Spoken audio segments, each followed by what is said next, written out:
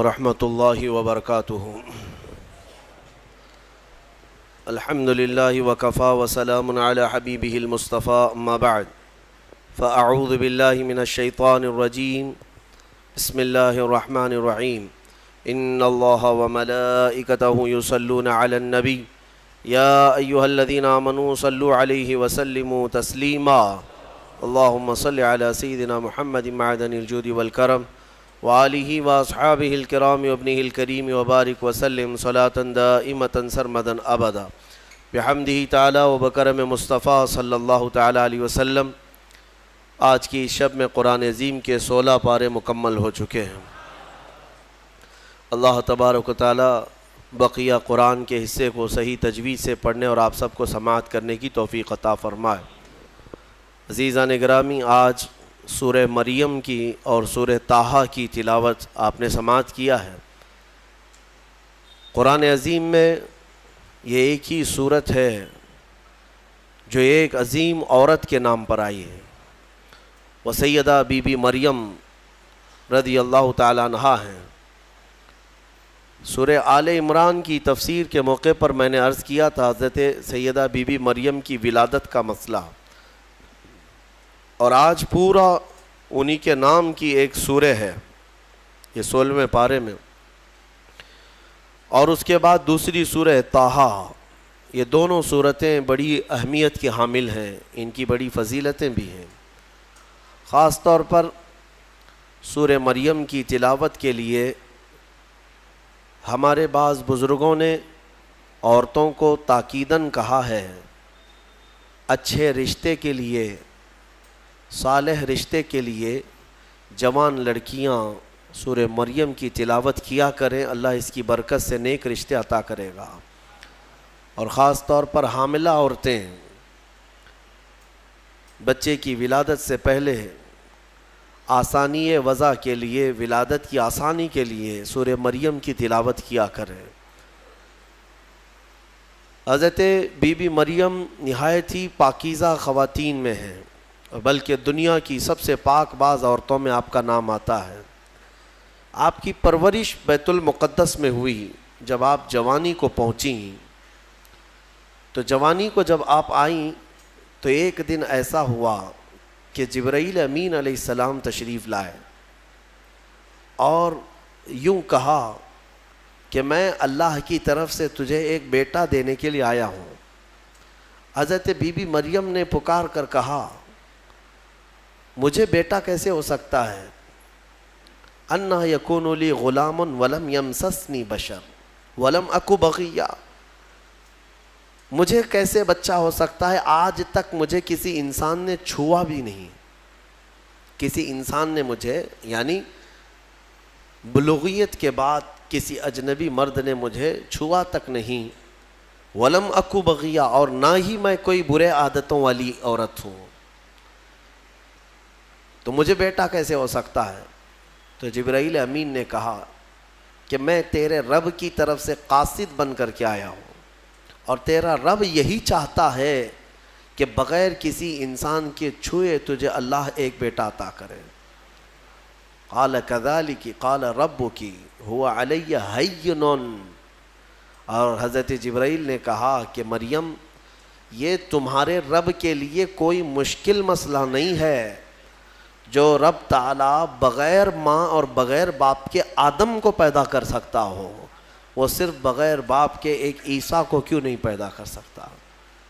تو انہوں نے ایک پھونک ماری جبرائیل امین نے، فنفخت من روحی، نہیں، یہاں پر آیت ہے حضرت جبرائیل علیہ السلام نے ان کو پیغام سنایا کہ اللہ تعالیٰ کی طرف سے تمہیں ایک بیٹا ہوگا، اور ان پر ایک پھونک ماری اور حضرت بی بی مریم حاملہ ہو گئی۔ اسی لیے عیسیٰ علیہ السلام کا ایک لقب ہے، ان کو روح اللہ کہا جاتا ہے۔ روح اللہ کہا جاتا ہے کیوں؟ اللہ کی روح نہیں، یہ اللہ تبارک و تعالیٰ کے امر سے، حکم سے، صرف پھونک سے آپ پیدا ہوئے، صرف ایک پھونک سے۔ بی بی مریم جب حاملہ ہو گئیں، اب وہ گھبرانے لگیں. یہ تو پتہ ہے جی حضرت بی بی مریم کو معلوم ہے, ان کے رب کو معلوم ہے, لیکن دنیا کیا کہے گی, کیا لوگ ایسے ہی مان لیں گے؟ لیکن سارے لوگ حضرت بی بی مریم کی طہارت کو تو مانتے تھے, ان کی پاکیزگی کا سب لوگ اقرار کرتے تھے, لیکن جب آپ حاملہ ہو گئیں تو پھر اللہ تبارک و تعالیٰ کا حکم ہوا آپ کو کہ آپ آبادی سے یہ نکل جائیں, یہاں سے دور نکل جائیں. اور کھجوروں کا ایک باغیچہ ہے, اس میں وہ چلی گئیں جب ولادت کا وقت قریب آیا, اور اللہ تبارک و تعالیٰ نے انہیں وہاں جانے کا حکم دیا. اب وہاں جب وہ پہنچیں تو درد کی شدت تھی آپ کو بھی, اور حضرت بی بی مریم نے درد زہ میں جو الفاظ کہے وہ بھی قرآن میں آیا, فناداہا من تحتہا اللہ تحزنی قد جعل ربکی تحتکی سریا. وہ پکارنے لگیں اور یہ کہتی تھی یا لیتنی مت قبل ھذا وکنت نسیا منسیا, اے کاش میں اس سے پہلے مر گئی ہوتی. یہ درد جو ہوتا ہے نا بچے کی ولادت سے پہلے, یہ بہت شدید ہوتا ہے, اور عورتوں کو اسی کا اجر بھی دیا جاتا ہے. اگر بچے کی ولادت کے دوران کسی عورت کا انتقال ہو گیا تو اسے شہید کا مقام دیا جاتا ہے, وہ شہادت ہے, اس کی شہادت کا مقام ہے. درد زہ کو, یہ جو ولادت کا درد ہوتا ہے عورتوں کو, بعض حکماء نے کہا ہے, کچھ حکیموں نے, کہ روح نکلنے کے وقت 40 ایسی بڑی ہڈیاں ہیں جس سے روح نکل جاتی ہے تو موت آ جاتی ہے. 40 ہڈیوں سے جب روح نکل جائے تو موت آتی ہے. بچے کی ولادت کے وقت عورت کی 39 ہڈیوں سے روح نکل چکی ہوتی ہے. اب اس سے اندازہ کریں کہ وہ موت کے منہ میں قریب جا کر واپس آتی ہے. ایک بچے کو جنم دینا دنیا میں, یہ اللہ تبارک و تعالیٰ ہی ان عورتوں کو صبر دیتا ہے, اور وہ درد اور وہ تکلیف کو برداشت کرنے کی اللہ تبارک و تعالیٰ ہی انہیں طاقت عطا کرتا ہے, ورنہ اس درد کو سہنا ہر ایک کا کام نہیں ہے. بہرحال حضرت بی بی مریم نے اس درد کی شدت میں جو پکارا وہ قرآن میں آیا ہے, قرآن میں آیا.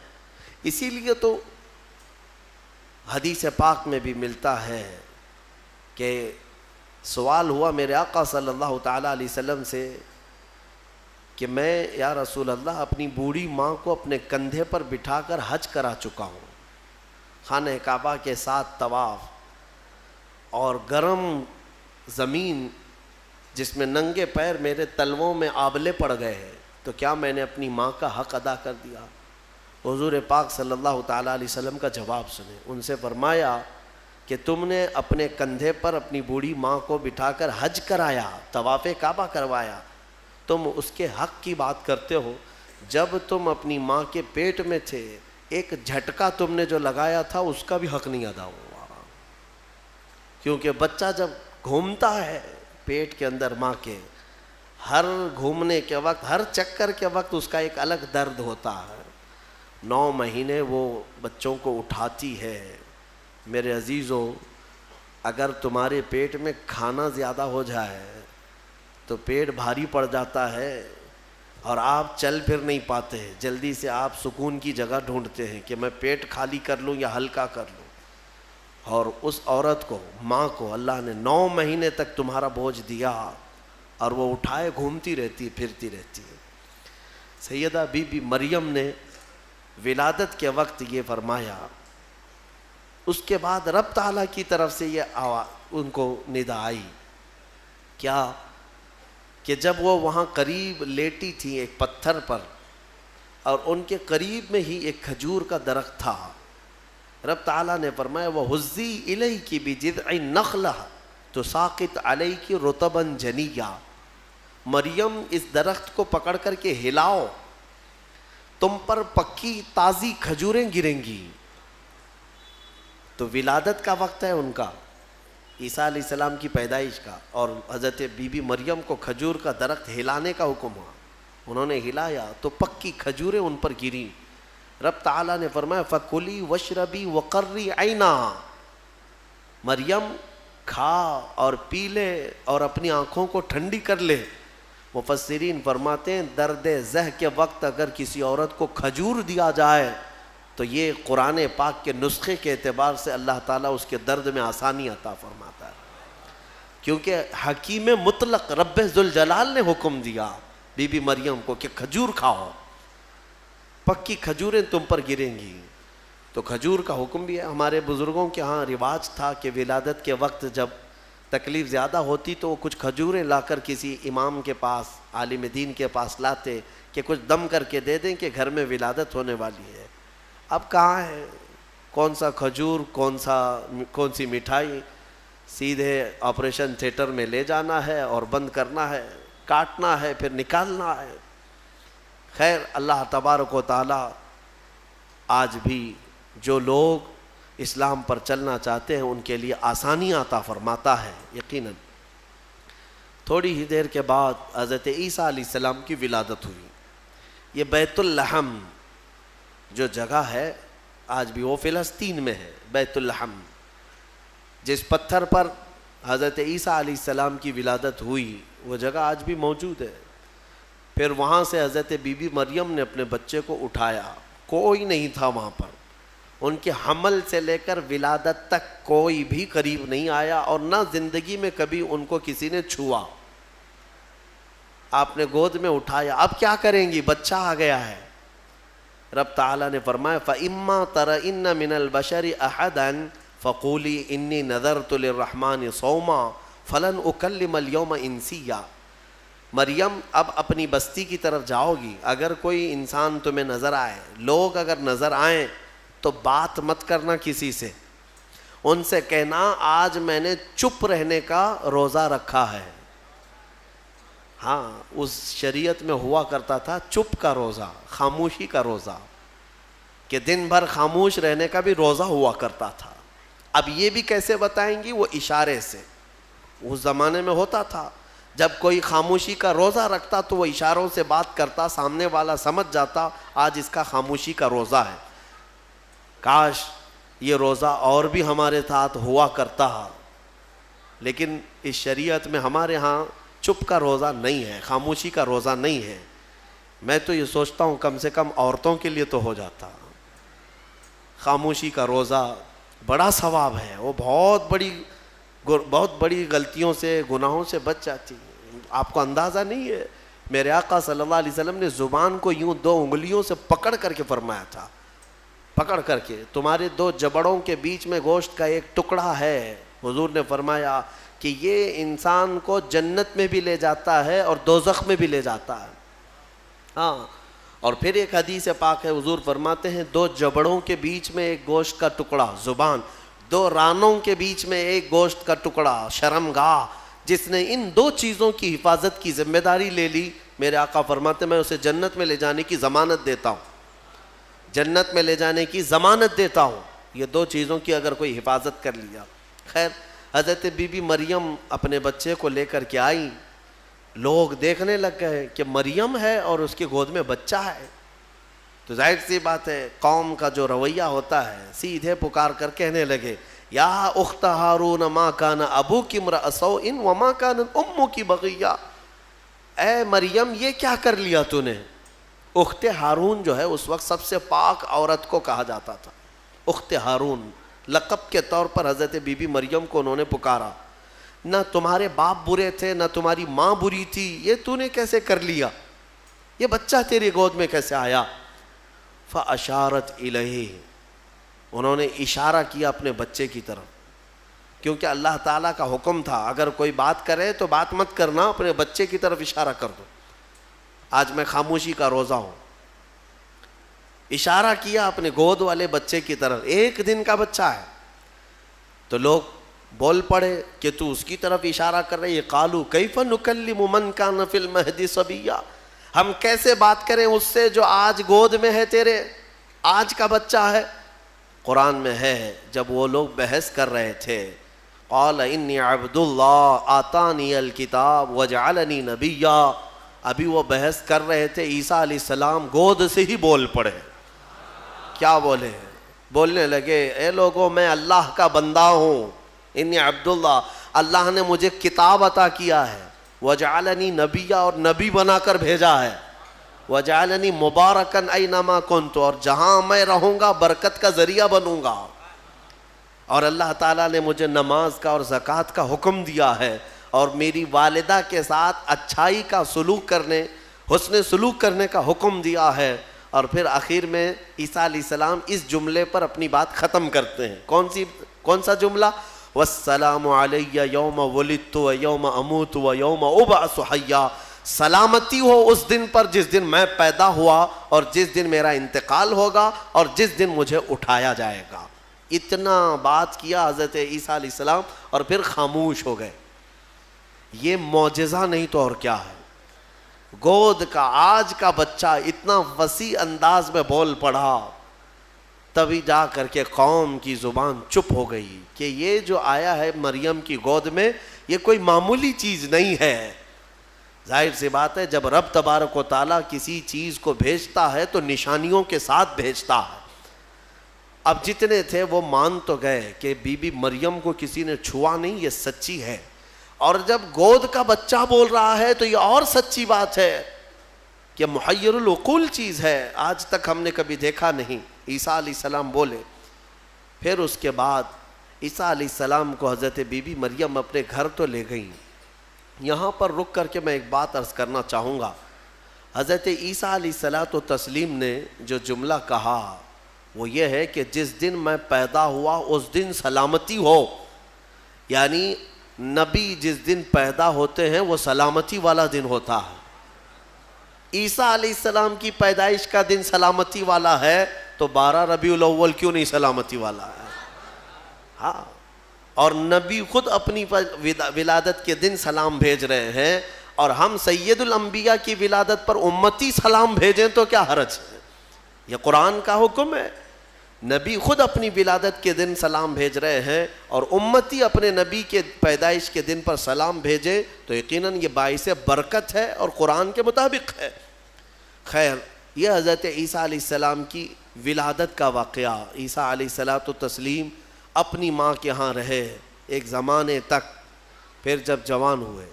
اچھا، یہ ایک بات اور بھی بتاؤں، بہت کم عمر میں جن کو نبوت دی گئی، یعنی دنیا میں ظاہری طور پر، وہ 3 نبی ہیں۔ ایک حضرت عیسیٰ علیہ السلام جن کو گود میں ہی پیدائش میں دے دی گئی، دوسرے یحییٰ علیہ السلام جو حضرت بی بی مریم کے ہاں ان کے باپ حضرت زکریہ علیہ السلام نے دعا کی تھی تو اللہ ان کو دیا تھا۔ یحییٰ علیہ السلام بھی پیدا ہوتے ہی نبی ہو گئے تھے، نبوت کے ساتھ دنیا میں آئے۔ تیسرے حضرت یوسف علیہ السلام، جب ان کے بھائیوں نے انہیں کنویں میں ڈالا تھا تب ان کو، یہ چھوٹی عمر میں جن کو نبوت دی گئی وہ 3 انبیاء اکرام ہیں۔ یہ تو دنیا کی زندگی کے اعتبار سے، لیکن اگر کوئی یہ کہتا ہے کہ ہمارے آقا محمد صلی اللہ علیہ وسلم کو 40 سال کی عمر میں نبوت دی گئی تو یہ جملہ غلط ہے۔ میرے عزیزو، حضور کو نبوت دی گئی نہیں، نبی ہونے کا اعلان کرنے کا حکم دیا گیا۔ نبوت کب دی گئی وہ خود رسول سے پوچھو۔ میرے آقا فرماتے ہیں کنت نبیا وآدم بین الماء والطین، میں تو اس وقت بھی نبی تھا جب آدم علیہ السلام کو ابھی مٹی اور پانی میں گوندا جا رہا تھا۔ آدم علیہ السلام کا ابھی پتلا بھی نہیں تیار ہوا تھا، حضور فرماتے ہیں میں اس وقت بھی نبی تھا۔ تو نبی تو میرے آقا صلی اللہ علیہ وسلم پہلے سے تھے۔ بہرحال عیسیٰ علیہ السلام اللہ تعالیٰ کی ایک نشانی ہے، ان کی ذات ہی اللہ کی ایک نشانی ہے، کیونکہ عقل میں یہ آ جانا کہ بغیر باپ کے دنیا میں آئے جبکہ ان کی ماں کو کسی مرد نے چھوا نہیں۔ اسباب تو یہ بتاتے ہیں دنیا میں کہ ایک عورت اور ایک مرد کے اختلاط سے ہی بچہ پیدا ہوتا ہے۔ دنیا میں بچے کی ولادت ایک مرد اور ایک عورت کے ملنے سے ہی ہوتی ہے، لیکن یہاں عیسیٰ علیہ السلام کی ولادت میں کوئی مرد کا اختلاط نہیں، تو عام انسانوں کے دماغ میں یہ بات نہیں آتی۔ تو اسباب کی طرف دیکھنے والا انکار کرتا ہے اور خالق اسباب کی طرف جو توجہ کرتا ہے وہ انکار نہیں کرتا، کیونکہ اسباب تو یہ بتاتے ہیں کہ ایک روٹی کھانے کے لیے کئی منزلوں سے سفر کرنا پڑتا ہے، لیکن میرا رحمان چاہے تو سیدھے آسمان سے دسترخوان بھی اتار سکتا ہے۔ ہاں یہ اس سے بھی زیادہ تعجب کی بات میں آپ کو بتاؤں، اس سے بھی زیادہ تعجب کی بات، صالح علیہ السلام اللہ کے نبی ہیں، ان کی قوم بڑی سرکش تھی، نافرمان تھی، اور پتھروں کی پوجا کرتے تھے اور پتھروں کے گھر بناتے تھے انہیں تراش تراش کر کے۔ حضرت صالح علیہ السلام نے ان کو اللہ کی طرف بلایا تو وہ نشانی مانگنے لگے، کوئی نشانی بتاؤ کہ تم اللہ کے رسول ہو۔ تو اس زمانے میں پتھروں کے لیے ان کا بڑا مسئلہ تھا کہ پتھروں کی عبادت بھی ہے، پتھروں کے گھر بھی بناتے تھے۔ حضرت صالح علیہ السلام نے اپنی قوم کو ایک جگہ جمع کیا اور ایک پتھر کو، پہاڑ کا ایک پتھر ہے، اس پتھر کو حکم دیا، تو اللہ تعالیٰ نے اس پتھر کے اندر سے ایک اونٹنی پیدا فرمائی، ناقۃ اللہ، اس کو اللہ کی اونٹنی۔ اب مجھے بتاؤ کیا یہ عقل تسلیم کرے گی کہ ایک اونٹنی کو پیدا ہونے کے لیے اس کے بھی تو ماں باپ ہونے چاہیے، وہ بھی کسی اونٹنی کی پیٹ سے پیدا ہوگی؟ لیکن اتنا محیر العقول واقعہ کہ پتھر اور اونٹنی کا کیا میل۔ ہاں یہ بھی بات سمجھ میں آ سکتی ہے کہ ہتھنی کے پیٹ سے کوئی اونٹنی پیدا ہو گئی، یا کسی جانور کے پیٹ سے کوئی دوسرا جانور پیدا ہو گیا، کچھ قریب تو سمجھ میں آتا ہے، لیکن پتھر کے اندر سے اونٹنی پیدا ہونا یہ سمجھ میں آتا ہے؟ اللہ تبارک و تعالیٰ جب اپنی نشانیاں دکھانا چاہتا ہے تو اسی طرح کی معجزے اپنے نبیوں کو دیتا ہے اور ظاہر کرتا ہے تاکہ لوگ ان اللہ کے نبیوں کی حقانیت کو تسلیم کریں۔ اسی لیے ہم کہتے ہیں کہ پتھروں سے پانی کا جاری ہونا سمجھ میں آتا ہے۔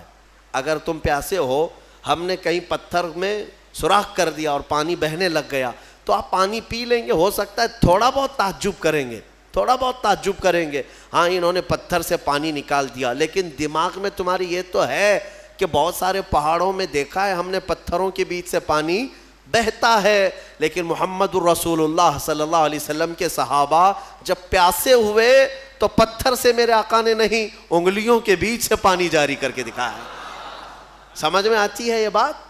پتھر سے نکلنا تو سمجھ میں آتا، انگلیوں سے نکلنا، اور انگلیوں سے میرے عزیزو پسینہ نہیں کہ 2 بوند 4 بوند نکل گیا ہو پانی اور اس کو جمع کر لیا ہو، بلکہ صحابہ فرماتے ہیں اس وقت مجمع میں 1400 صحابہ تھے اور سارے صحابہ نے پیٹ بھر کر پانی پیا۔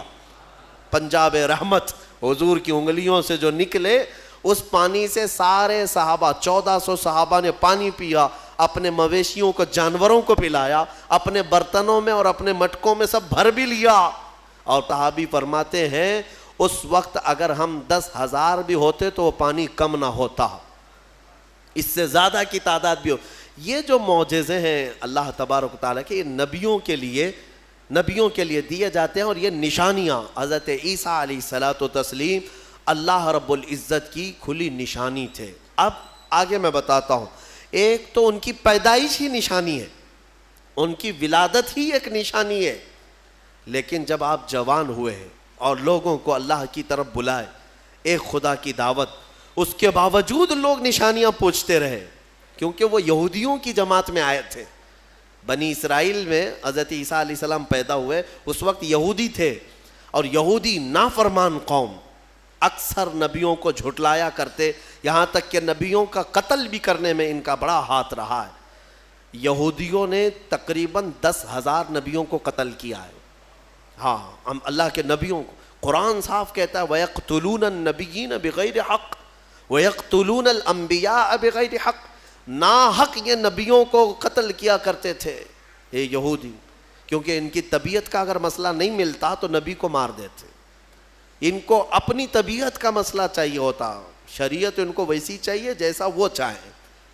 انبیاء کرام علیہ السلام کوئی کمپرومائز کرنے کے لیے نہیں آتے، وہ حق کے داعی ہوتے ہیں، حق کے داعی ہوتے ہیں۔ بہرحال حضرت عیسیٰ علیہ السلام جب جوان ہوئے تو آپ کو پھر سے نشانیاں پوچھی گئیں کہ آپ اللہ کے رسول ہیں، آپ اللہ کے نبی ہیں، کوئی نشانی؟ اب اللہ تعالیٰ نے آلریڈی ان کی ولادت ایک نشانی ہے، پھر ان کو معجزے عطا کیے۔ کون کون سے معجزے؟ عیسیٰ علیہ السلام کو 3 معجزے اور دیے گئے، 3 معجزے۔ وہ کیا تھے؟ عیسیٰ علیہ السلام خود اپنی زبان میں فرماتے ہیں، جس کو قرآن میں اللہ تبارک و تعالیٰ نے بیان فرمایا کیا ہے؟ احیی الموتى باذن اللہ، ابرئ الاکمہ والابرص واحیی الموتى باذن اللہ. اور ایک ہے وانبئکم بما تاکلون وما تدخرون فی بیوتکم. 3 معجزے. توجہ چاہتا ہوں، عیسیٰ علیہ السلام کو 3 معجزے دیے گئے. پہلا معجزہ، کوڑ کی بیماری والے، سفید داغ والے کوئی بھی بیمار آئیں، عیسیٰ علیہ السلام اپنا ہاتھ رکھتے تو صحیح ہو جاتا. ابرئ الاکمہ والابرص، کوڑ والا، سفید داغ والا، یہ بیمار اگر حضرت عیسیٰ علیہ السلام کے پاس آتا تو آپ اس کو ہاتھ پھیر دیتے تو اس کی بیماری ختم ہو جاتی. دوسرا معجزہ، وَأُحْيِي الْمَوْتَى بِإِذْنِ اللَّهِ، کہتے ہیں کہ میں مردوں کو اللہ کے حکم سے زندہ کر دیتا ہوں. عیسیٰ علیہ السلام فرما رہے ہیں. عیسیٰ علیہ السلام کا معجزہ یہ تھا کہ اگر وہ کسی قبر کو ٹھوکر مارتے تو قبر سے مردہ زندہ کھڑا ہو جاتا، مرنے کے بعد دوبارہ زندہ کرتے عیسیٰ علیہ السلام. کبھی کبھار مٹی کے پرندے بناتے، ان میں پھونک مارتے تو وہ اڑنے لگتے تھے. ہاں، مٹی کے پرندوں کو پھونک مارتے تو وہ اڑنے لگتے زندہ ہو کر. 2 معجزے ہو گئے. تیسرا معجزہ اہم ہے. عیسیٰ علیہ السلام فرماتے ہیں وَأُنَبِّئُكُمْ بِمَا تَأْكُلُونَ وَمَا تَدَّخِرُونَ فِي بُيُوتِكُمْ، تم اپنے گھروں میں بیٹھ کر جو کچھ بھی کھاتے ہو اور جمع کرتے ہو، عیسیٰ علیہ السلام فرماتے میں یہیں بیٹھ کر کے سب بتا دیتا ہوں، ساری چیزوں کی میں خبر دیتا ہوں. عیسیٰ علیہ السلام کا معجزہ یہ تھا کہ تم اپنے گھروں میں جو کھاتے ہو، جمع کرتے ہو، سب کی خبر عیسیٰ علیہ السلام کو ہے. یہ ظالم نادان جو میرے نبی کے علم غیب کا انکار کرتے ہیں، قرآن پڑھا بھی ہے کہ نہیں پڑھا؟ عیسیٰ علیہ السلام جو بنی اسرائیل کے نبی ہیں، جو بعد میں حضور کی امت میں آئیں گے آسمانوں سے، اور آئیں گے حضور کی امت، حضور پاک صلی اللہ تعالیٰ علیہ وسلم کی امت میں رہیں گے. اب اندازہ کرو، انہیں اللہ تعالیٰ نے اتنا علم غیب دیا تو کیا میرے رسول کو غیب کا علم نہیں ہوگا؟ ہمارا تو عقیدہ یہی ہے، ہمارا موقف یہی ہے. میرے آقا مدینے میں ہو کر ہماری مسجد کا بھی ملاحظہ فرما رہے ہیں. ہاں، وہ پوری دنیا کو ایسے دیکھتے ہیں جیسے اپنے ہتھیلی کو دیکھتے ہیں. خود میرے آقا نے فرمایا، مسلم شریف کی حدیث ہے، اللہ کے حبیب فرماتے ہیں ان اللہ زوى لی الارض، اللہ نے پوری روئے زمین کو میرے لیے سمیٹ دیا ہے، اور میں پوری روئے زمین کو ایسے دیکھتا ہوں جیسے ہتھیلی کو دیکھتا ہوں. 3 معجزے ہیں عیسیٰ علیہ السلام کی، یاد رکھیے گا. اب میرا سوال بھی سن لیجئے توجہ کے ساتھ. ایک ہے وہ کوڑ کی بیماری اور برس کی، سفید داغ کی بیماری والے کو ہاتھ رکھتے تو کیا ہوتا؟ کیا ہو جاتا؟ صحیح ہو جاتا. حاضر ہے آپ کا دماغ؟ بہت اہم چیز. دوسری چیز ہے مرے ہوئے آدمی کو ٹھوکر مار کر زندہ کر دیتے تھے. چلے 2 ہی پر ہم بات کرتے ہیں. یہ بیماریوں سے شفا دینا کس کا کام ہے؟ عقیدہ تو یہی ہے نا، اللہ کا کام ہے. پھر سوال تو یہاں ان لوگوں کے لیے بھی بن پڑتا ہے جب ہم اپنے مصطفیٰ کے لیے کہتے ہیں یا رسول اللہ شافی و نافی ہو تم، وافی و کافی ہو تم، درد کو کر دو دوا، تم پہ کروڑوں درود. ارے یہ بریلوی شرک کر رہا ہے. رسول کو کہہ رہا ہے شافی ہیں، رسول کو کہہ رہا ہے کافی ہیں. رسول شفا دیں گے؟ جب ہم درود تاج میں پڑھتے ہیں دافع البلاء والوباء والقحط والمرض والالم، ہمارے رسول بلاؤں کو دفع کرنے والے، وباؤں کو دفع کرنے والے، درد کو دور کرنے والے، ہر کرب سے آزاد کرنے والے. ہم پڑھتے ہیں درود میں تو اس پر کچھ لوگوں کا پیٹ درد ہوتا ہے اور کہتے ہیں کیسے تم رسول کو کہہ رہے ہو کہ وہ بیماریوں سے دور کرنے والے ہیں، وہ کیسے دور کر سکتے ہیں؟ ان سے میرا سوال یہ، قرآن کی کوئی آیت پڑھا بھی ہے یا نہیں؟ عیسیٰ علیہ السلام خود کہہ رہے ہیں کوڑ کی بیماری اور برس کی بیماری والے کو میں ہاتھ رکھ دوں تو صحیح ہو جاتا ہے. عیسیٰ علیہ السلام ہاتھ رکھ دیں تو صحیح ہو جاتا ہے. اچھا، اس سے بھی بڑی چیز، زندگی دینا اللہ کا کام، موت دینا اللہ کا کام، یہ اللہ تبارک و تعالیٰ کی قدرت میں ہے. اور مرنے کے بعد دوبارہ اٹھانا یہ تو اور بڑی بات ہے، یہ اللہ کی قدرت میں ہے. اور وہ کام عیسیٰ علیہ السلام کہہ رہے ہیں کہ میں مردوں کو زندہ کرتا ہوں. میرے عزیزو، اب یہ شرک نہیں ہوا؟ عیسیٰ علیہ السلام کے بارے میں اگر کوئی عقیدہ رکھے گا کہ وہ مردوں کو زندہ کرتے تھے تو شرک ہو جائے گا. کچھ لوگوں کے فتوے کے حساب سے تو شرک ہے، کیونکہ وہ رسول کے واقعات کو نہیں مانتے. غوث پاک نے اگر کسی مردے کو زندہ کیا تو کہتے ہیں یہ جھوٹی کہانیاں ہیں. ہاں یہ کیسے ہو سکتا ہے، یہ صرف اور صرف اللہ رب العزت کا کام. پھر قرآن جو عیسیٰ علیہ السلام کے بارے میں بتا رہا ہے، کیا عیسیٰ خدا ہیں؟ عیسیٰ علیہ السلام خدا ہے؟ یہاں ایک نقطہ سمجھ کر کے چلو. اللہ رب العزت یقیناً قادر مطلق ہے، رزاق وہی ہے، خالق وہی ہے، شافی وہی ہے. لیکن اگر وہ اپنی طاقت کسی محبوب رسول یا نبی کو شفا دینے کی طاقت دے دے، دوبارہ زندہ کرنے کی طاقت دے دے، یا بیماریوں سے دور کرنے کی طاقت دے دے، تو اس میں کسی کے پیٹ درد ہونے کی ضرورت نہیں. مولا جسے جو چاہے وہ مقام عطا فرمائے. یہ شرک بھی نہیں ہے. اللہ جسے جو چاہے وہ عطا فرمائے. اسی لیے ہمارا موقف یہ ہے الحمدللہ کہ ہم مانتے ہیں کہ رسول پاک صلی اللہ تعالیٰ علیہ وسلم بیماریوں کو دور کرتے تھے، لیکن ہم انہیں خدا نہیں مانتے. جیسے عیسیٰ علیہ السلام اللہ کی عطا سے بیماروں کو شفا کرتے تھے، میرے مصطفیٰ بھی اللہ کی عطا سے بیماروں کو شفا کرتے ہیں. اور اسی لیے ہم مانگتے بھی ہیں میرے آقا کی بارگاہ میں. ہمیں بزرگوں نے سکھایا ہے. بلکہ ایک حدیث بھی میں آپ کو بتا دوں. ایک صحابی آئے اور ان کے بھائی کا پیٹ درد کر رہا تھا، بہت تکلیف تھی. حضور کے پاس آئے، کہا یا رسول اللہ میرے بھائی کا پیٹ بہت درد کر رہا ہے. ڈاکٹر نہیں تھا کیا مدینے میں؟ کوئی طبیب نہیں تھا. وہ صحابی حضور کے پاس کیوں آئے؟ اس لیے کہ صحابہ کو معلوم تھا کہ یہ شفا خانہ ہے، یہاں سے جو حکم ہوگا اس میں شفا ہے. حضور اکرم صلی اللہ تعالیٰ علیہ وسلم نے فرمایا جاؤ اپنے بھائی کو شہد چٹاؤ، اسقیہ عسلا، اسے شہد چٹاؤ. وہ گئے، شہد چٹایا تو جلاب لگ گئے، یعنی بہت زیادہ لوز موشن شروع ہو گئے. وہ دوسرے دن بھاگے بھاگے آئے، کہا میں نے تو کل شہد چٹایا لیکن وہ زیادہ اس کا درد بڑھ گیا اور موشن شروع ہو گئے، یعنی جلاب ہو گئے، دست آ رہے. تو حضور پاک صلی اللہ علیہ وسلم نے دوسرے دن پھر کیا دوا فرمائی؟ کہا اسقیہ عسلا، جاؤ اس کو پھر شہد چٹاؤ. پھر سے شہد چٹاؤ. ایک دوا سے اگر فائدہ نہ ہو تو آپ پھینک دیں گے. اور وہ صحابی دوسرے دن پھر گئے، اپنے بھائی کو کہا آج پھر شہد کھاؤ. پھر انہوں نے شہد کھایا تو آج تو ایسا ہوا کہ ان کا بستر خراب ہو گیا، اٹھنے بیٹھنے کی طاقت نہیں تھی، اتنے زیادہ دست ہونے لگے. شہد جیسی کھا رہے بڑھتا جا رہا ہے، بڑھتا جا رہا ہے. تو کوئی آ کے یہ تو کہہ سکتا تھا کہ ریئیکشن ہو رہا ہے، دوا بدل دیں. تیسرے دن آئے وہ صحابی، کہا یا رسول اللہ اب تو اور حالت بری ہو گئی، بہت زیادہ تکلیف پہ ہے. تیسرے دن میرے آقا صلی اللہ علیہ وسلم نے فرمایا جا اپنے بھائی کو شہد چٹا. تیسرے دن بھی اس صحابی نے کہا یا رسول اللہ شہد چٹاؤں؟ کہا ہاں، تیرے بھائی کا پیٹ جھوٹ بول رہا ہے، اللہ کا نبی سچ بول رہا ہے.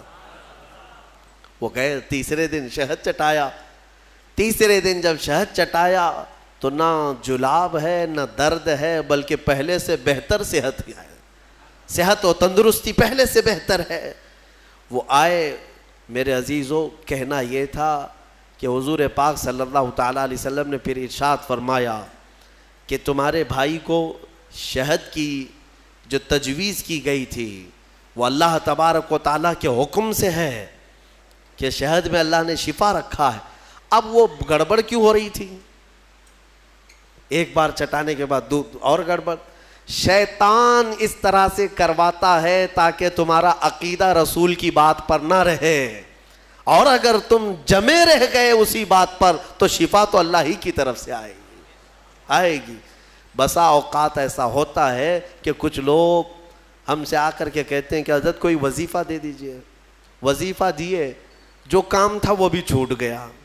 آپ نے جو دیا اس سے ریئیکشن ہو گیا ہے. اکثر لوگوں کو ایسا لگتا ہے ہمارے پاس وظیفہ لیتے ہیں، تعویذ لیتے ہیں، 2 دن کے بعد پھر بولتے ہیں کہ حضرت ابھی تک کچھ ہوا نہیں ہے. تو کیا ہمارے پاس موسیٰ علیہ السلام کی چھڑی ہے کہ ابھی ماریں گے تمہاری دکان کھل جائے گی، بازار میں تمہارا انبار لگ جائے گا؟ صبر بھی تو کوئی چیز ہے. آپ جن چیزوں کو تجویز کیا جاتا ہے علماء ربانیین کی طرف سے احادیث کے ذریعے سے، اس پر صبر ہوگا، اللہ تبارک و تعالیٰ تمہیں آزمائے گا، اور اگر تم کھرے اتر گئے تو انشاءاللہ ساری برکتیں تمہیں اللہ عطا فرمائے گا۔ ایک چیز دوسری، ایک صحابی آئی حضور کے پاس، ان کا بیٹا گونگا تھا، بولتا نہیں تھا، 8 سال کا یا 9 سال کا بچہ تھا، پیدائشی، بولتا نہیں تھا۔ حضور کے پاس لائی اور کہا کہ حضور یہ میرا بچہ بولتا نہیں ہے، اسے کچھ فرما دیں، بولنے کی طاقت دینا اللہ کا کام ہے۔ وہ صحابیہ حضور کے پاس کیوں آئی؟ شرک کرنے آئی تھی؟ نعوذ باللہ من ذالک۔ صحابہ کا عقیدہ یہی تھا، بخدا خدا کا یہی ہے در، جو بریلی کے امام نے ہمیں سکھایا ہے، بخدا خدا کا یہی ہے در، نہیں اور کوئی مفر مقر، جو وہاں سے ہو یہیں آ کے ہو، جو یہاں نہیں تو وہاں نہیں۔ ہاں وہ آئی اور حضور کے پاس لے آئی۔ حضور پاک صلی اللہ تعالیٰ علیہ وسلم نے ان کو، اس بچے کو کیا دعا دی، کیا دوا دی، کیا وظیفہ دیا؟ کچھ نہیں، سامنے بٹھایا، بچہ سامنے آیا، رسول کریم صلی اللہ تعالیٰ علیہ وسلم نے اس بچے کا نام لے کر کے کہا کہ قل من انا، اے بچے بول میں کون ہوں۔ سوال حضور نے فرمایا، وہ گونگا پیدائشی بول پڑا، اشہد انک محمد رسول اللہ، میں گواہی دیتا ہوں کہ آپ محمد اللہ کے رسول ہیں، مجھے بتاؤ۔ اسی لیے ہمارے امام اعلیٰ حضرت فاضل بریلوی رضی اللہ تعالیٰ عنہ نے فرمایا ہے، آنکھ عطا کیجئے اس میں ضیاء دیجئے، جلوہ قریب آ گیا تم پہ کروڑوں درود۔ ہم مانگتے حضور کی بارگاہ میں ہیں تو یہ صحابہ کا ہی عقیدہ ہے۔ میرے عزیزوں، میں نے عیسیٰ علیہ الصلوۃ والتسلیم کے ان واقعات سے یہ ثابت کرنے کی کوشش کی ہے کہ الحمدللہ اہل سنت و جماعت کا جو موقف ہے وہ قرآن و حدیث کے مطابق ہے، کوئی گمراہ نہ ہو اور نہ ہی گمراہیوں میں آئے، الحمدللہ۔ اب میں یہاں پر بات ختم کرتا ہوں تفسیر کو۔ عیسیٰ علیہ السلام کے ان معجزوں کو دیکھ کر بہت سے ایمان بھی لائے، بہت سے ایمان بھی لائے، اور آپ کی ایک جماعت بڑھتی گئی۔ آپ کے 4 شاگرد مشہور ہوئے۔ ویسے آپ کے جو حواریین ہیں، جو اصحاب ہیں، جو آپ کے صحابہ تھے، ان کو حواریین کہا جاتا ہے، وہ 12 لوگ تھے۔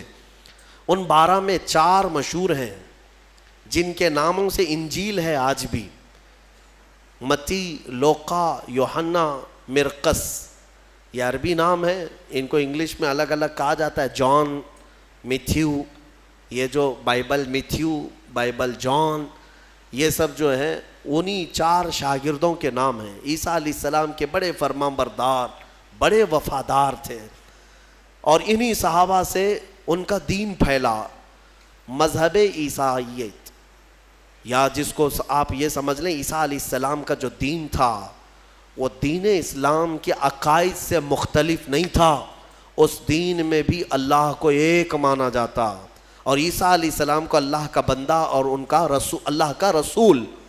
یہ دین اسی طرح چلتا رہا اور اسی کی تبلیغ بھی ہوتی رہی، لیکن یہودیوں کو یہ بات نہ بھائی۔ یہودی اس وقت سے عیسیٰ علیہ السلام پر الزام لگاتے تھے، ان کی ماں کو گالیاں دیتے تھے، بی بی مریم پر تہمت رکھتے تھے، ناپاکی کی تہمت لگاتے تھے یہ یہودی۔ عیسیٰ علیہ السلام کا ایک وقت ایسا بھی آیا کہ یہودیوں کے نرغے میں، کیونکہ یہودی بڑے ہی فتین اور پلان کرنے والے، منصوبہ کرنے والے لوگ، عیسیٰ علیہ السلام کے قتل کا منصوبہ بنا لیا، اور اس قتل کے منصوبے سے وہ آخری دن تھا عیسیٰ علیہ السلام کا، جس گھر میں عیسیٰ علیہ السلام ایک باغیچے میں اپنے شاگردوں کے ساتھ رہے، ان کو تعلیمات دی اور سب کو رخصت کیا اور کہا آج کے بعد میں تم سے ملاقات نہیں کروں گا، تم دین حق پر قائم رہنا۔ شاگرد سب چلے گئے، عیسیٰ علیہ السلام تنہا گھر میں تھے۔ یہودیوں کی ایک جماعت آئی قتل کے منصوبے سے، اور سب کے سب ہتھیار سے لیس ہو کر حضرت عیسیٰ علیہ السلام کے گھر کا گھیراؤ کر لیے، اور گھیراؤ کر کے رات کے وقت آپ کو قتل کا منصوبہ تھا، لیکن یہودیوں نے اپنے ایک آدمی کو اندر بھیجا کہ جاؤ دیکھ کر کے آؤ عیسیٰ کیا کر رہے ہیں، کس حالت میں ہے۔ ایک شخص اندر آیا عیسیٰ علیہ السلام کو دیکھنے کے لیے، یہودیوں کا ایک شخص اندر آیا اور جیسے ہی وہ اندر آیا قرآن میں مولا فرماتا ہے وَلَكِنْ شُبِّهَ لَهُمْ، یعنی جس کا مفہوم یہ ہے کہ اللہ نے عیسیٰ علیہ السلام کی شکل اس آدمی کو دے دی اور عیسیٰ علیہ السلام کو آسمانوں پر اٹھا لیا، آسمانوں پر اٹھا لیا۔ بر رفعہ اللہ الیہ، قرآن میں اللہ فرماتا ہے اللہ نے ان کو اپنی طرف اٹھا لیا۔ عیسیٰ علیہ السلام آج بھی زندہ ہیں، آسمانوں پر باقی ہیں۔ اب وہ شخص اندر آیا، بہت دیر تک وہ باہر نہیں آ رہا تھا، تو یہودی باہر جو کھڑے تھے وہ پریشان تھے کہ ہمارا جو آدمی گیا ہے وہ آیا نہیں ابھی تک۔ اس کے بعد سبوں نے کہا چلو کہاں اس کو دیکھیں گے، حملہ کرتے ہیں۔ سب کے سب گھس گئے اور اندر جو شخص تھا وہ عیسیٰ علیہ السلام کی شکل کا دکھ رہا تھا، اسی کو پکڑ کر لائے، اس کو خوب مارا اور پھر لا کر کے باہر سولی پر چڑھا دیا، سولی پر چڑھا دیا، صلیب پر، اور پھانسی دے دی۔ پھانسی دینے کے بعد پھر ان کو یاد آیا ہمارا آدمی کہاں گیا جو ڈھونڈنے کے لیے گیا تھا۔ تو وہ کچھ لوگ تھے جو جانتے تھے، پاؤں جو نیچے سے تھے وہ نہیں بدلے تھے، اللہ نے اس کی اصلی شکل پر ہی رکھا تھا۔ تو کچھ لوگوں نے پاؤں دیکھ کر کے کہا یہ تو ہمارا آدمی ہے، اس کے پاؤں تو ہمارے آدمی کی طرح ہے۔ لوگوں نے کہا اگر یہ ہمارا آدمی ہے تو پھر عیسیٰ کہاں گئے، عیسیٰ اس گھر سے کہاں گئے؟ ان کو ہم نے اندر جاتے دیکھا ہے، اندر ہم نے گھیرا کیا ہے، وہ کہاں گئے؟ اسی شک میں رہ گئے یہ عیسیٰ ہے کہ ہمارا آدمی ہے۔ کچھ کہتے ہمارا آدمی ہے، کچھ کہتے نہیں عیسیٰ ہے۔ اسی چکر میں رہ گئے یہ لوگ، ان کو پتہ ہی نہیں تھا کہ عیسیٰ علیہ السلام کہاں گئے۔ ظاہر سی بات ہے عیسیٰ علیہ السلام جب آسمانوں پر اٹھا لیے گئے، اب اگر یہ خبر کوئی دے گا تو کوئی اللہ کا نبی ہی دے گا نا، کوئی نبی ہی دے گا، غیب کی خبر کون دے گا؟ اور اتفاق کی بات عیسیٰ علیہ السلام کے آسمانوں پر اٹھائے جانے کے بعد سے لے کر 550 سال تک کوئی نبی نہیں آیا۔ اس کے بعد اگر کوئی نبی آیا تو ہمارے آقا محمد صلی اللہ علیہ وسلم آئے، صرف حضور آئے 570 سال کے بعد۔ میں آپ کو بتاتا ہوں ان یہودیوں کے چکر کو اور عیسائیوں کے چکر کو بھی، عیسائی بیچارے ان کو خود کو بھی نہیں معلوم تھا کہ ہمارے نبی کہاں ہیں۔ بعض کا عقیدہ یہ بن گیا کہ ہمارے نبی کو سولی پر چڑھا دیا گیا، اسی لیے آج بھی وہ لوگ صلیب ڈال کر کے گھومتے رہتے۔ ایک جماعت اس میں یہ بن گئی، ایک جماعت یہ کہنے لگی ہمارے نبی کو یہودیوں نے صلیب پر چڑھا دیا، پھانسی پر چڑھا دیا، اور اس پر پھر عقیدے گڑنے لگ گئے۔ عقیدے کیا کیا گڑ لیا کہ ہمارے نبی نے جو پھانسی پر چڑھ کر کے قربانی دی ہے، بلیدان دیا ہے، وہ ہم سب کے گناہ معاف کرانے کے لیے قربانی دی ہے، تو اب یہ جتنے چاہے گناہ کرتے رہے، خوب شراب پئیں، خوب ناچیں، کیونکہ وہ سولی پر چڑھ کر کے سب معاف کرا دیے۔ یہ ایک جماعت نے اس میں عقیدہ گڑھ لیا اور عیسائیوں کی ایک جماعت اسی پر چلتی رہی۔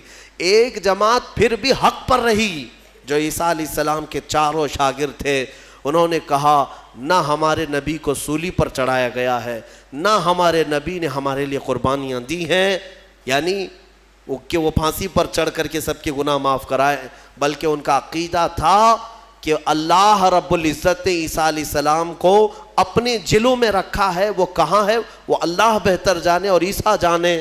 ایک وقت آئے گا جب عیسیٰ کی حقیقت لوگوں کو معلوم ہوگی۔ یہ ایک حق جماعت ہمیشہ کہتی رہی اور اسی پر وہ لوگ باقی رہے۔ پھر اس میں فرقے بھی ہوئے، عیسائیوں میں بہت سارے فرقے بھی ہوئے، 70 سے زیادہ فرقے ہوئے، الگ الگ عقیدے۔ اور یہ فرقے بھی کس نے بنائے؟ یہودیوں نے بنائے، ان کے اندر گھس کر کے الگ الگ ان کے دماغ چینج کیے۔ پھر ٹرائنیٹی کا عقیدہ آ گیا کچھ عیسائیوں میں کہ عیسیٰ خدا کے بیٹے ہیں، مریم خدا کی بیوی ہے۔ کچھ لوگوں کا عقیدہ یہ بنا، پھر کچھ لوگوں کا عقیدہ بنا کہ 3 خدا ہیں، ایک خدا اللہ، ایک خدا جبرائیل، ایک خدا عیسیٰ۔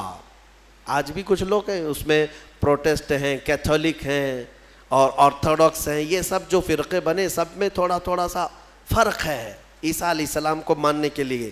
بعض کہتے ہیں گاڈ ہے، فادر ہے، اور پھر یہ سن ہے اور میری ہے، یہ 3 خدا ہے، ٹرائنیٹی کے عقیدے بنے۔ اب میں آپ کو بتاتا ہوں یہ میرے آقا صلی اللہ تعالیٰ علیہ وسلم کا احسان ہے پورے یہودیوں پر بھی اور عیسائیوں پر بھی، کیونکہ یہ جھگڑا کرتے رہے 500 سال تک، اتنا قتل کیا ہے عیسائیوں نے یہودیوں کا اور یہودیوں نے عیسائیوں کا 500 سال اتنے قتل ہو گئے جس کا شمار نہیں کر سکتے. پورا فلسطین خون میں نہا جاتا تھا جنگوں میں. یہ دونوں جماعتیں لڑتی تھیں. وہ الزام لگاتے ان کی ماں پر اور یہ یہودیوں پر الزام لگاتے. اور قرآن بھی کہتا ہے وقالت الیہود لیست النصارى علی شیء وقالت النصارى لیست الیہود علی شیء. دونوں کہتے تھے. عیسائی کہتے تھے یہودی کوئی چیز ہی نہیں ہے اور یہودی کہتے عیسائی کوئی چیز ہی نہیں ہے. دونوں لڑتے تھے. 570 سال کے بعد میرے آقا صلی اللہ علیہ وسلم جب جلوہ بار ہوئے اور پھر میرے آقا پر قرآن کی آیتیں اتری اور سورہ مریم اتری, تب میرے آقا نے علل اعلان فرمایا کہ اے لوگوں مریم پر تہمت نہ رکھو, وہ اللہ کی سب سے پاک باز بندی ہیں. عیسائیوں کو احسان ماننا چاہیے میرے آقا کا کہ حضرت بی بی مریم کی طہارت پوری دنیا میں اگر عیسیٰ علیہ السلام کے بعد کسی نے بیان کی ہے تو میرے مصطفیٰ نے بیان کیا. ہاں, اور دوسری بات, حضرت عیسیٰ علیہ السلام کہاں گئے, کہاں ہے, عیسائیوں کو بھی نہیں معلوم, یہودیوں کو بھی نہیں معلوم. میرے آقا صلی اللہ علیہ وسلم نے قرآن کی وحی اترنے کے بعد لوگوں کو بتایا کہ یہ سب آپس میں اختلاف کرتے ہیں. حقیقت یہ ہے کہ عیسیٰ علیہ السلام کو نہ پھانسی دی گئی نہ سولی پر چڑھایا گیا, بلکہ عیسیٰ علیہ السلام کو اللہ نے آسمانوں پر اٹھایا ہے اور قیامت کے قریب عیسیٰ علیہ السلام پھر دنیا میں نازل ہوں گے. یہ عقیدہ میرے آقا نے دیا. ان عیسائیوں کو تمیز نہیں ہے, انہیں پتہ نہیں ہے اسلام کی دشمنی میں مرے جاتے ہیں, ہاں, اور جال بنتے ہیں. انہیں معلوم ہونا چاہیے کہ اسلام کے آنے کے بعد یہ احسان ہے میرے آقا صلی اللہ علیہ وسلم کا کہ بی بی مریم کی بھی طہارت بیان کی اور عیسیٰ علیہ السلام کی حقیقت بھی بیان کی ہے. اللہ تبارک و تعالیٰ ان گمراہ عقیدوں سے ہماری حفاظت فرمائے. ہمیں سورہ فاتحہ میں مولا نے جو سنایا ہے, سکھایا ہے, وہ یہی ہے اہدنا الصراط المستقیم. دعا کرتے نا, اے اللہ ہمیں سیدھا راستہ چلا, اے اللہ ہمیں سیدھا راستہ چلا. کون سا سیدھا راستہ؟ صراط الذین انعمت علیہم, وہ راستہ جس پہ چلنے والوں پر مولا تو نے انعام نازل فرمایا. غیر المغضوب علیہم ولا الضالین, اے اللہ ان لوگوں کا راستہ نہ چلا جو بھٹک گئے اور جن پر تیرا غضب نازل ہوا. اب تفسیر پڑھیں گے تو آپ کو پتہ چلے گا کہ یہ دونوں کون ہیں جن پر اللہ کا غضب ہوا اور جو بھٹک گئے. جن پر غضب ہوا وہ یہودی ہیں اور جو بھٹک گئے وہ عیسائی ہیں.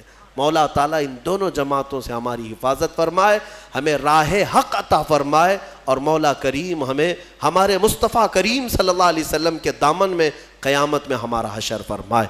وآخر دعوانا ان الحمد للہ رب العالمین.